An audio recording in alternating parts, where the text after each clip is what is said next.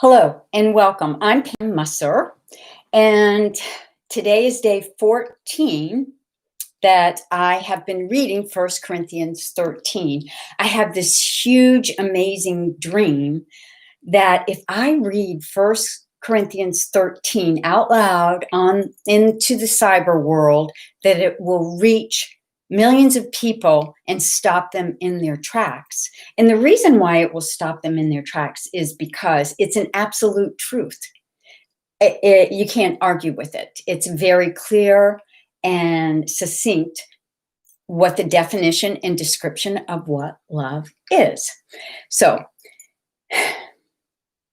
if you would like to subscribe to this channel, great. Give me a thumbs up. I'm on Facebook. I just post it there after this. If that's easier for you, give me a thumbs up, comment below. That would be super. Well, I had this total plan about what I wanted to say this morning, and now by the time I sat down in this chair, it was gone. So I've come up with something else, and hopefully it will benefit someone. So first off, I was thinking, well, maybe you're asking who I am. What are my qualifications? Well, I'm just like you. I am a multi-passionate person. I love so many different things. I am a wife. I'm a mother. I'm a sister, a friend. I love fashion. I love lifestyle, design, interiors, all that kind of artsy stuff. I love TV. I absolutely love TV. I love Netflix. I love BBC and Doc Martin and all the BBC mysteries. I love the Hallmark Channel. I love podcasts. I listen to books. And my superpower, frankly, are shoes. I love shoes. So every day when I do this, I'm wearing these shoes. They make me feel strong and like I'm a boss. So you might want to try it one of these days. Just check out your shoes and wear some that make you feel really strong and confident. So anyway, I'm, of course, a Jesus follower and a lover of all things about God. I'm a big prayer warrior, but primarily it's this God thing that I've learned to love. It's been such a slow process for me. It's been slow. It's been painful at times. It's been grueling. One of the reasons why it's been so difficult is because I was angry and rebellious. And at the very core of me, I felt total shame. And I felt like a defective character completely from when I was a little itty bitty girl. Why those things happen, there's lots of reasons which don't even matter right now. But here's the thing. When one feels guilt, it can usually be taken care of. It can usually be corrected. However, when one feels like a ball of shame and a big defective character, that's quite different. Shame is something that it's your core. It's who you are. It's from the inside out. And that's how I felt about myself for many, many, many, many more years than I've been, more than half my life I felt that way. So and then also following Jesus, something else that held me back was terminology. Like, are you sin? The word sin. Are you a sinner? Anyway, so that, are you a sinner? Let's take that for example. People would say, are you a sin? That's a sin. I would say, yeah. What else is new? I'm a sinner. I sin.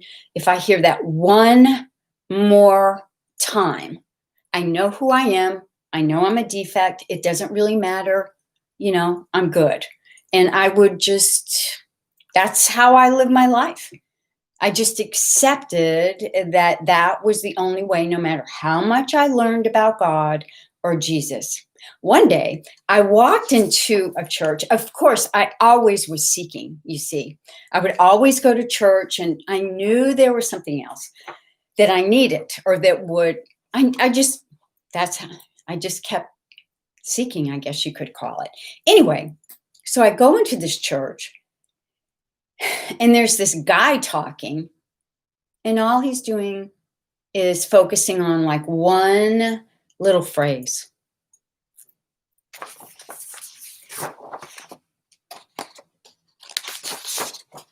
For example, excuse me, like Jeremiah 33. Let's just use that for an example. It says, "Call to me and I will answer you and show you great and mighty things." What he would do is just focus on, call to me and I will answer. It could be a whole hour elaborating on call to me and I will answer. So what does will mean? It means that's a fact. It's a yes. God will definitely answer me.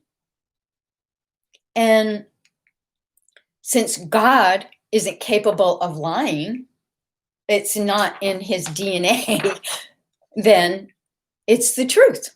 So I became saturated with that type of teaching, which allowed me to understand more so what that word sin meant. And actually, it's everything we have. There are God-given instincts, you see. And sin is all those wonderful God-given instincts that have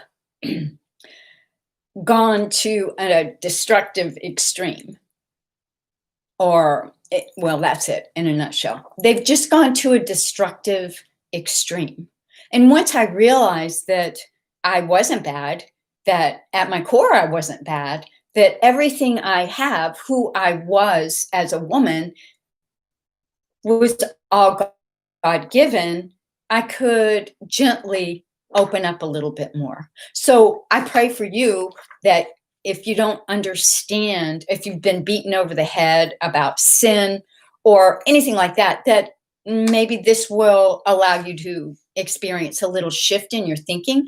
Because when I started thinking about God-given instincts, I thought, oh, that's cool. You mean, so my creativity isn't bad. So my desire for shoes isn't bad, but when it takes the place of my love for God, or it becomes a priority, then I need to start backing off and get centered again. That I don't want my thoughts to be an obsession other than with God, and understanding and doing my best just one day at a time to walk that path. That's it. So that's my story. I'm sticking to it.